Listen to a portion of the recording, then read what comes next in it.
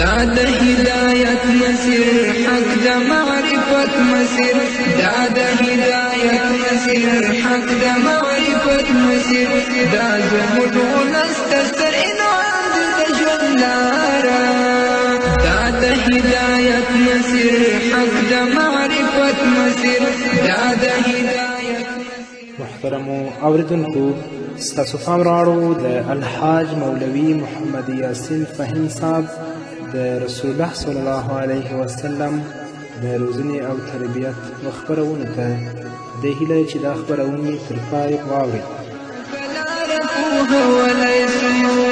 ستوري پر اسمان د دین وردی پر جهان د دین ستوري پر اسمان د دین وردی پر جهان د دین د حق په مینا بسم الله الرحمن الرحيم. الحمد لله رب العالمين حمد الشاكرين، الصلاة والسلام على سيد الأنبياء والمرسلين سيدنا ونبينا وشفيعنا ومولانا محمد وعلى آله وأصحابه الطيبين الطاهرين. قدرمن اوریدونکو د ژوند د لارې د خپرونې مینوالو السلام علیکم ورحمة الله وبرکاته. ستاسو روغتیا او خوشحالي د پاک رب نه غواړم په دې هیله چې د صحت او عافیت جامې په تن ولرئ او خوشحالي مو په برخه وي. دا دی زه محمد یاسین فهیم د ژوند د لارې د خپرونې په وړاندې کولو کې ستاسو په خدمت کې یم. زموږ د نن ورځې د خپرونې موضوع بیا هم د محمد رسول الله صلی الله علیه وسلم د روزنې طریقې. رسول اکرم صلی الله علیه وسلم به په خپلو روزنو کې محیط او چاپیریال ته ډیر زیات ارزښت ورکوه، ځکه د انسان په فکري او علمي روزنه کې د چاپیریال لویه ونډه او لوی رول وي. که هغه د کور چاپیریال وي او که د مدرسې او یا د اوسېدو د سیمې، انسان چې په کوم چاپیریال کې اوسیږي د هغه اغیزې په غیر شعوري توګه پر هغه پرېوځي. موږ په خپله ورځني ژوند کې وینو چې یو ډیر صالح، نیک او ایمانداره شخص به وي، خو د یو څو غلطو او ناصالحو خلکو سره به په څو ورځو تیرولو او ناسته پاسته کې د هغه ټول صالح او نیک عملونه برباد شي، له منځه به ولاړ شي او د هغوی په شان به په بدیو او غلطو کارونو اخته شي. همداسې یو ډیر خراب او بد سړی به وي، خو چې د ښو او صالحو خلکو سره یو څو ورځې ناسته او مجلس وشي نو د ګناهونو څخه توبهګار او په سمه لار روان شي. دغه حقیقت ته محمد رسول الله صلی الله علیه وسلم اشاره کړي. رسول الله فرمایي هر ماشوم په فطري توګه نیک او صالح پیدا کیږي، بیا د هغه مور و پلار هغه د خپل بچی یا یهودي کوي او یا عیسوي کوي او یا د هغه نه مجوسي جوړوي. که ماشوم چې په هرې کورنۍ کې دنیا ته سترګې غړوي نو هغه په فطري توګه باندې نیک او صالح پیدا کیږي. نو که مور و پلار د خپل د نوي اولاد سالمه تربیت وکړه او د دې ښه روزنه یې وکړه، هغه به دین طرف ته متوجه او که خدای مکړه مور و پلار په بدو باندې اخته ول او د خپل د اولاد روزنې او تربیت ته کله هم توجه ونه کړه نو اولاد به هم په بدو باندې اخته وي. پاکه او سالمه ټولنه او ښه صحت او ناسته انسان ته د ښه او نیک انسان کېدو فرصت برابروي. نیکی او صالح عمل ته چمتو کوي په داسې حال کې چې خرابه او ناسالمه ټولنه، خراب صحبت او مجلس انسان د بدیو لور ته برابروي. ځکه نو نبی کریم صلی الله علیه وسلم فرمایي الرجل على دین خلیله فلینظر احدکم من یخالل، رواه ترمذی. رسول الله صلی الله علیه وسلم فرمایي انسان د خپل ملګري او دوست پر دین وي. ځکه نو له تاسو څخه هر یوه ته غور او فکر پکار دی چې د هغه دوستي او ملګري له چا سره ده. په دې دې پوه شي، غور او فکر دې وکړي چې د دې دوستي او د دې ملګرتیا د چا سره ده. که د ښه انسان سره دوستي او ملګري وه نو دا به هم ښه وي، او که د بدو سره د فاسدو سره د دې ناسته ولاړه او ملګرتیا وه دا به هم فاسد ګرځي. که کوم تخم په ښه ځمکه کې وشیندل شي او هغې ته مناسبه آب و هوا پر وخت سره او پارو ورکړی شي او نور ښه پاملرنه وشي نو پرته له شکه نتیجه به ښه حاصل او ښه فصل وي. اما کله چې دغه تخم ته د سمې ځمکې تر څنګ نه مناسبه آب و هوا وي او نه هم پر وخت هغې ته سر او پارو ورکړی شي، نو داسې تخم به ضرور شنډ او بې ثمره پاتې کیږي. دغه حال د انساني طبیعت او فطرت هم دی. له همدې کبله نبی کریم صلی الله علیه وسلم د خپلو اصحابو کرامو د روزنې په لړ کې د دې خبرې خاص لحاظ ساتلو چې د هغوی لپاره داسې یوه ټولنه او چاپیریال برابر او مساعد شي چیرته چې د هغوی استعدادونه په سمه او رغنیزه توګه وده وکړي.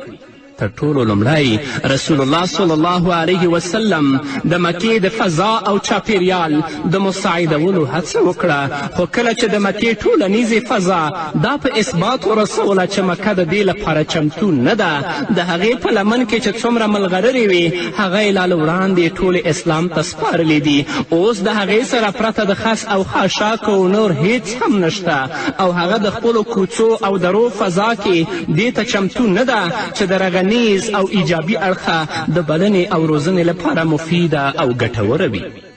نو رسول الله صلی الله علیه وسلم حبشې ته مخ واړولو او په دې فکر او هیله یې خپلو صحابه و کرامو رضی الله عنهم ته د حبشې په لور د هجرت اجازه ورکړه چې د حبشې ځمکه او خاوره به د اصلاح، روزنې، بلنې او تبلیغ له نظره د مکې څخه غوره او بهتره وي. د حبشې واکمن نجاشي لوړ کردار او پراخ زړه وښود، خو بیا هم د هغه ځای عیسایي چارواکو دا په ډاګه کړه چې د حبشې ځمکه هم د رذالت، توطیو او دسیسو څخه خالی نه ده. نو رسول الله صلی الله علیه وسلم د دې نه پس طایف ته مخه کړه، ولې د هغه ځای سخت زړی قیادت او مشرتابه په لومړي پړاو او مرحله کې دا ثابته کړه چې طایف د ظاهري سمسورتیا او تازگی سره سره د روحاني روزنې او تربیت لپاره مساعد نه دی. دغه مهال و چې د رسول الله صلی الله علیه وسلم نظر د یثرب په لور واوښت، او د یثرب څخه راغلی د باد نسیم لومړی څپې دا ثابته کړه چې د اسلام د خپرېدو، غوړېدو، ودې او د یو باثباته دولت د رامنځته کولو لپاره د مدینې چاپیریال او فضا ډیره مساعده او مناسبه ده. که څه هم د دې لپاره به ډیرو قربانیو ته اړتیا پیښیږي، ځکه نو محمد رسول الله صلی الله علیه وسلم خپلو صحابه و کرامو ته د مدینې په لورې د هجرت اجازه ورکړه، او په آخر کې خپله هم د خپل خاص ملګري حضرت ابابکر صدیق رضی الله تعالی عنه سره مدینې ته ولاړ. د هجرت دا سپیڅلی او مبارک سفر یوازې د مجبوري او بېوسي له مخې ونه شو، یوازې د مکې د خلکو د ظلم او ربړونو او تکالیفونو څخه په تنګ راتللو یې غوره نه که، بلکې د دې هجرت تر شا یو ستر او عظیم هدف او مقصد پروت و، او هغه دا چې د اسلامي غورځنګ او تحریک د کامیابي آخري مرحلې ته د رسولو لپاره او خپلو صحابه و کرامو ته د دین د نافذولو، ټینګولو او خپرولو لپاره د چمتووالي او تیاري لپاره د داسې ځای ضرورت و چې ټولنیزه فضا او چاپیریال د دوی لپاره مساعد وي، او دا سعادت او شرف د یثرب یعنې د مدینې په برخه شو، کومه چې وروسته د مدینة الرسول په نامه یاده شوه. په اسلامي تاریخ کې د هجرت دا پیښه د اسلامي تحریک او خوځښت لپاره یو نوی لوری او پړاو و. رسول الله صلی الله علیه وسلم د خپلو صحابه و کرامو لپاره د داسې ځای د پیدا کولو په لټه کې و چیرې چې وکولی شي د هغوی دننه د کردار ټولو اړخونو ته وده او پرمختګ ورکړي، او د اسلامي دولت اړوند د ټولو مسئولیتونو د اجرا کولو او پرځای کولو استعدادونه په هغوی کې پیدا او د دې په خوا کې هغوی ته عملي روزنه هم ورکړی شي. د خپلو صحابه و کرامو رضی الله عنهم د روزنې او تربیت په لړ کې رسول الله صلی الله علیه وسلم ځای او چاپیریال ته څومره پاملرنه وکړه. د دې د اټکل معلومولو لپاره د هجرت دغه یو واقعه او پیښه کافي ده. د انسان په اصلاح او روزنه کې ځای او چاپیریال څومره لور لري، د دې څرګندونه او وضاحت په خپله نبی کریم صلی الله علیه وسلم د یوې پیښې او واقعې په بیانولو کې داسې کړی دی. عن أبي سعيد الخدري أن نبي الله صلى الله عليه وسلم قال كان في من كان قبلكم رجل قتل 99 نفسا فسأل عن أعلم أهل الأرض فدل على راهب فأعطاه فقال إنه قتل 99 نفس فهل له من توبة؟ فقال الله فقتله فكمل به 100 ثم سأل عن أعلم أهل الأرض فدل على رجل عالم فقال إنه قتل 100 نفس فهل له من توبة؟ فقال نعم. ومن يحول بينه وبين التوبة انطلق إلى أرض كذا وكذا فإن بها أناسا يعبدون الله فاعبد الله معهم ولا ترجع إلى أرضك فإنها أرض السوء. فانطلق حتى إذا نصف الطريق أتاه الموت فاختصمت فيه ملائكة الرحمة وملائكة العذاب فقال ملائكة الرحمة جاء طائبا مقبلا بقلبه إلى الله وقال ملائكة العذاب إنه لم يعمل خيرا قط فأتاهم ملك في صورة آدم فجعلوه بينهم فقالوا قيسوا ما بين الأرضين فإلى أيتهما كان أدنى فهو له فقاسوه. رواه مسلم. حضرت ابو سعید خدری رضی الله تعالی عنه د رسول الله صلی الله علیه وسلم نه روایت کوي چې رسول الله صلی الله علیه وسلم وفرمایل له تاسو څخه په مخکینیو خلکو کې یو کس و چې هغه 9 نوي قتلونه کړي ول. بیا هغه یو ورځ له چا څخه پوښتنه وکړه چې پر ځمکه د ټولو څخه ډیر پوه او علم لرونکی کس څوک دی؟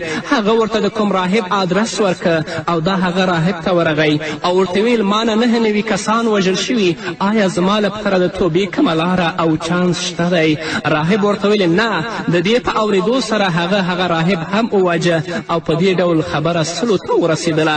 هغه بیا وپوښتل چې پر ځمکه تر ټولو پوه کس څوک دی؟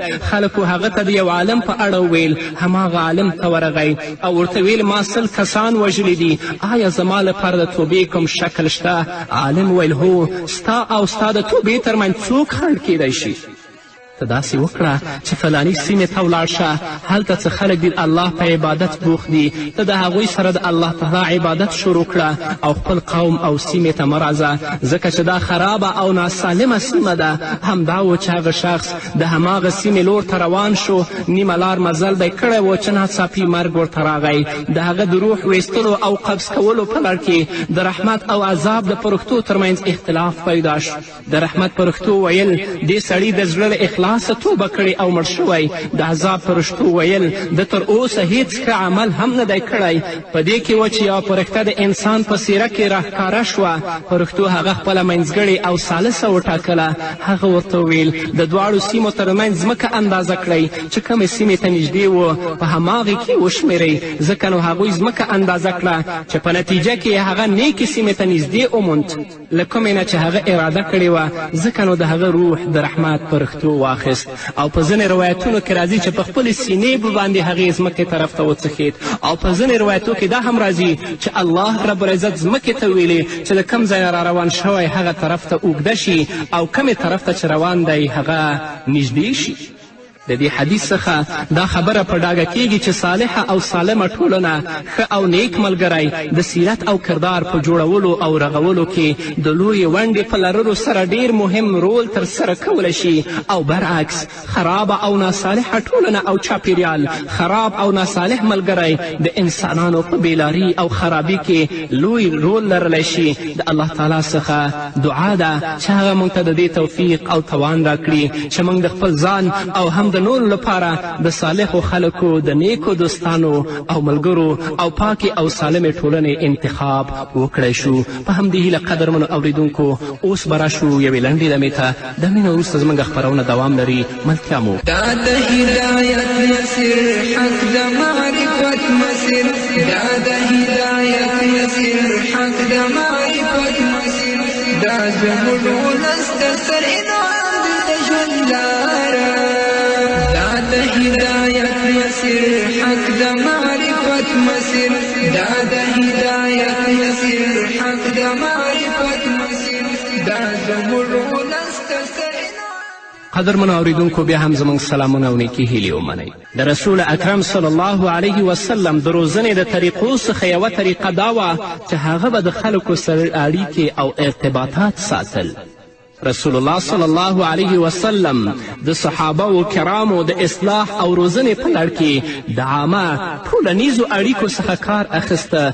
رسول الله صلی الله علیه وسلم یوازې د څو محدودو کسانو سره اړیکې نه ساتلې بلکې د ټولو خلکو سره عموما او د خپلو اصحابو سره خصوصا ډېرې نږدې اړیکې ساتلې. زیات لیدل شوي چې د اصلاح او روزنې مسؤلین او د دې دندې ترسره کوونکي ځان یوې خواته او ګوښه کوي، ولی رسول الله صلی الله علیه وسلم د رسالت او پیغمبري پر دنده د ګمارل کېدو او د انتخابېدو سربیره د خلکو سره ژورې اړیکې او ارتباطات ساتل. د ټولنې د خلکو سره شخصي او خصوصي اړیکې لرلې. د خلکو به چې څه کار پیښېده رسول الله به د هغو مرسته کوله، هغوی ته به ښې او ګټورې مشورې ورکولې او په همدې ډول په ټولنه کې د خپل منځي مینې، محبت او اړیکو فضا رامنځته کړې وه چې د هرې ټولنې او معاشرې د پرمختګ، ودې او ارتقا لپاره اړینه او ضروري بلل کیږي.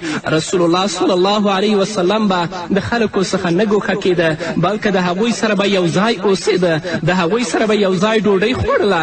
د سفر پر مهال به د هغوی سره د ډوډۍ پخولو لپاره ررګي راټولول. که جومات به جوړېده نو خپله به یې هم تیږې راغونډولې او راوړلې به یې. کله چې د خندق د کېنېدلو وخت راغی نو رسول الله صلی الله علیه وسلم هم کلنګ راواخیسته او د صحابه کرامو سره یو ځای په خندق کې کار کوه. د جګړې په وخت کې به هم د صحابه کرامو رضوان الله تعالی علیهم اجمعین سره تر آخري وخته شریک و او د خپلو ملګرو غم او ښادي خپل غم او ښادي ګڼله او د هغوی په غم او ښادي کې به ګډون کوه. د هغوی سره به غم شریکي او غمرازي کوله. د مصیبت ځپلو سره به مرسته کوله. د بېوزله او غریبو سره به کومک کوه. مات زړونه سره یو ځای کول. د غم ځپلو په زړونو به مرهم او پټۍ ایښودله. په خپل خوش اخلاقي او رښتینو مسکاګانو به د خلکو غمونه او دردونه کمول او د هغو دردونه به یې له منځه وړل. د سیرت او احادیثو له مطالعې څخه دا خبره بلکل په ډاګه کیږي چې رسول الله صلی الله علیه وسلم د یو عام انسان په څیر ژوند تیروه.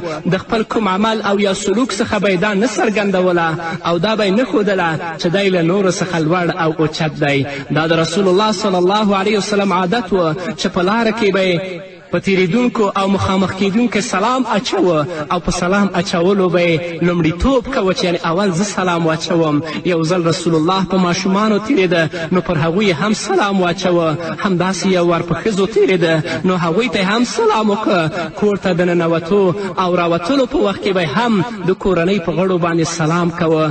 که کوم ملګري سره به پس له څو ورځو لیدنه وشوه نو هغه ته به یې غاړه هم ورکوله او کله کله خو به یې د هغه تندی هم ښکلولو. د رخصتېدو پر وخت کې به یې په دعا کې د یاد ساتلو سپارښتنه کوله. د خپلوانو او ملګرو سره به یې په لاس تړي مشي هم کول او تر هغې به یې لاس نه راکاږه تر څو چې به مقابل جانب خپل لاس نه و راښکلی. که چاته به پیغام لیږلو نو سلام به یې ورسره ضرور لیږه. ملګرو او خپلوانو ته به یې تحفې او سوغاتونه ورکول. د هغوی هدیې او تحفې به یې د مننې او مهرباني سره قبلولې او رسول الله به فرمایل تهادو تحابو. رسول الله فرمایي د تحفې ورکولو او اخیستلو سره مینه زیاتیږي. نو تاسو هدیې ورکوئ او محبت کوئ.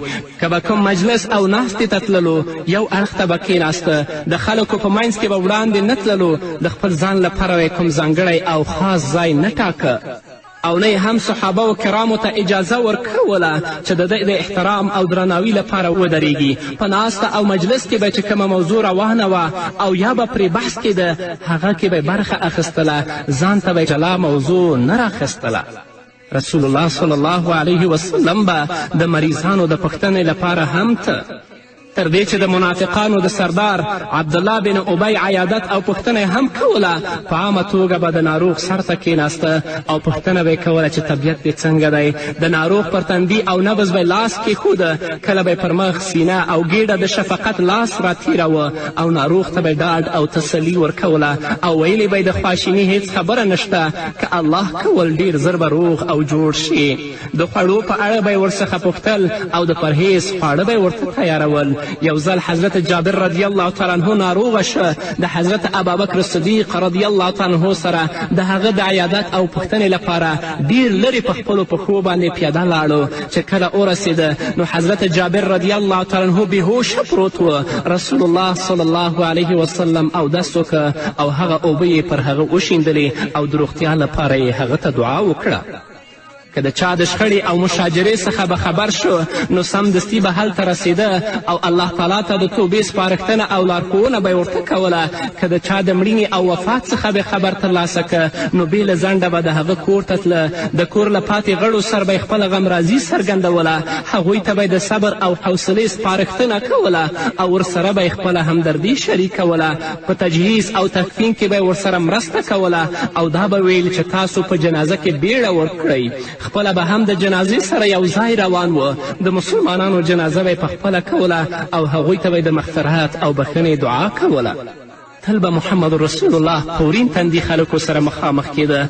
د خپلو صحابه و کرامو رضی الله عنهم سره به یې ټوکې هم کولې. د هغوی سره به یې د لامبو وهلو او د نیزو ویشتلو په مسابقو او سیالیو کې هم ګډون کوه. لنډه دا چې قدرمنو اوریدونکو، نبي کریم صلی الله علیه وسلم ټولنې ته خپل ځان دومره نږدې کړی و چې د ټولنې هر کس دا ګڼله چې رسول الله تر ټولو زیات د هغه سره مینه او محبت کوي. دغه چلند او سلوک به د صحابه و کرام په زړونو کې کور جوړاوه او صحابه و کرامو به د هغه له دې تعامل څخه د خپل ځان لپاره خوراک ترلاسه کوه. د روزنې په لړ کې د انسان شخصي او ټولنیزې اړیکې ډیر اغیز او رول لري. د اصلاح او روزنې د فریضې او وجیبې د ترسره کوونکو دا مسؤلیت وي چې د خپل د روزنې لاندې کسانو او د ټولنې د ټولو طبقو سره زیاتې ژورې اړیکې وساتي. د غم ځپلو او دردېدلو په ټپونو او زخمونو پټۍ او ملهم کیدي، لوېدلو ته اسره ورکړي. د قرض تر بار لاندې ښکېلو او راګیرو کسانو ته له دې بار او بوج څخه نجات ورکړي. مسافر او بېکورو ته د سرپناه بندوبست وکړي. نالوستي او بېسواده د پوهې او زده کړې پر ګاڼه سنبال کړي. د ضعیفو، کمزورو او تر لاس لاندې کسانو د اوچتولو کوشش وکړي. بیا دې وګوري چې کردار څه ډول په روزنه کې ستر رول لوبولی شي. نبي کریم صلی الله علیه وسلم همداسې فضا او چاپیریال د رامنځته کولو او پیدا کولو سپارښتنه کوله او رسول الله صلی الله علیه وسلم به فرمایل هر ورځ چې لمر راپورته کیږي نو د انسان په هر بند صدقه کیږي. د دوو انسانانو ترمنځ انصاف او عدل کول صدقه ده. کله چې کوم انسان د بل انسان سره په سپرولو او سپرېدو کې مرسته کوي، د هغه سامان باروي او یا یې راکوزوي، نو دا هم صدقه ده. د چا سره ښه خبره کول هم صدقه ده. هر قدم چې د لمانځه لپاره پورته کیږي هم صدقه ده. د لارې څخه د کوم تکلیف رسوونکي او ضرري شی لرې کول هم صدقه ده. نو دا د محمد رسول الله صلی الله علیه وسلم د روزنې طریقې دي. که دا موږ په خپل ژوند کې عملي کړو، انشاءالله کله به هم ناکامي سره مخامخ نشو او هغه کسان چې زموږ د روزنې لاندې دي هغو په زړونو کې به زموږ مینه پیدا شي او تل لپاره به دې ته انتظار وي او دې ته به غږ باسي چې دا څه وایي چې هغه زه په خپل ژوند کې عملي کړم. په همدې هیله نو قدرمنو اورېدونکو، دا به زموږ د نن ورځې خپرونه چې ستاسو درانه حضور ته وړاندې شوه. تر بلې خپرونې پورې چې زه بیا هم ستاسو درانه حضور ته راځم، تاسو ټول په پاک رب سپارم. پاتې ژوند م نیکمرغه، ښاد، بریالي او کامیابه اوسئ. دا زموږ ولس د ستر انعام د ژوند لاره، تل دې وي کامیاب دې وي ژوندي دې دا سرونه وي، چا چې غوره کړي د اسلام دین خدمتونه وي. موږ یې په هر دم باندې ستایو، په قلم باندې موږ یې په هر دم باندې ستایو، په قلم باندې ستایو. عمر یې په شان او په سلوار، دا د هدایت مسیر حق د معرفت